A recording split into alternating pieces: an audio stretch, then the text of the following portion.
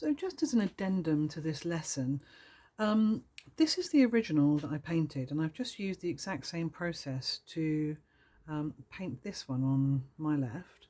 And this was my attempt to just be a bit more loose and free and to actually use the shape of the brush a little bit more, because here I was kind of drilling down more on the sort of the stamping aspects of using a square brush like this to create these kind of lines, and I was really looking at direction and contrast of colour.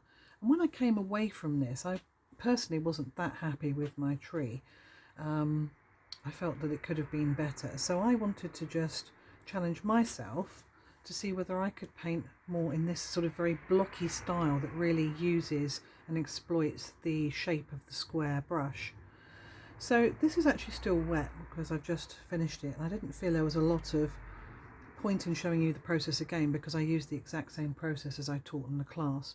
But all I was doing this time, I used two brushes. I used the Wilco 1-inch brush that I started with at the beginning, the first part of the exercise, and I also used this Graduate De La Rowney flat wash brush, which is essentially a square brush. And you can see here I was interested in just sort of making these very kind of blocky, very painterly types of shapes in the tree. So I've ended up with two different approaches, and while I quite like the foreground texture in this, and I quite like this piece over here, as I say, I wasn't overly happy with this. And I think perhaps the perfect painting for me would have been a combination of the two, maybe this foreground with this background. But I just wanted to illustrate that we can go back over exercises and take a different approach. So if you get to the end and you find you're not happy with what you've actually created, analyse what it is that you're not happy with. Which part of the composition? Is it something specific, like it was for me with the tree? Or perhaps your foreground, you're not very keen on the textures or the combinations that you've created. And then repeat the process, go back over and then rectify or experiment with different techniques in order to actually create the painting that you would like, because there's so much scope in this exercise, because really all we've been doing is looking at acrylic paints and just a gentle introduction to anyone who's starting with those, but also looking at the different things we can do with very little. I mean, there's a range of colours on here, but I wouldn't say that there's a massive amount of colours on here, and using a very limited range of brushes, and this helps you to get used to your brush types.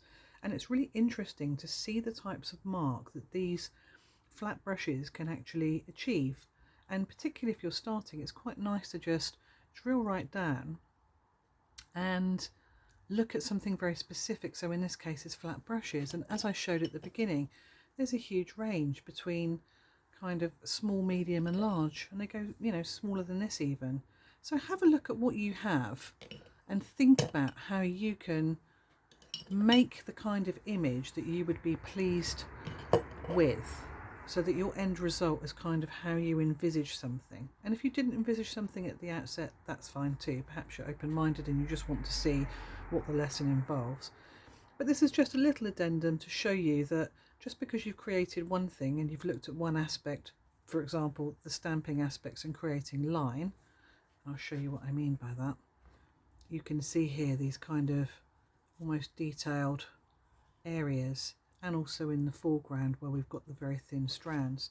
But in this one, we're purely looking at the kind of the blocky aspects and the kind of painterliness of creating just with those brush strokes. So I hope you found that an interesting exercise, and as I say, plenty of room for you to put your own mark on things and try different things. I'll see you in the next lesson.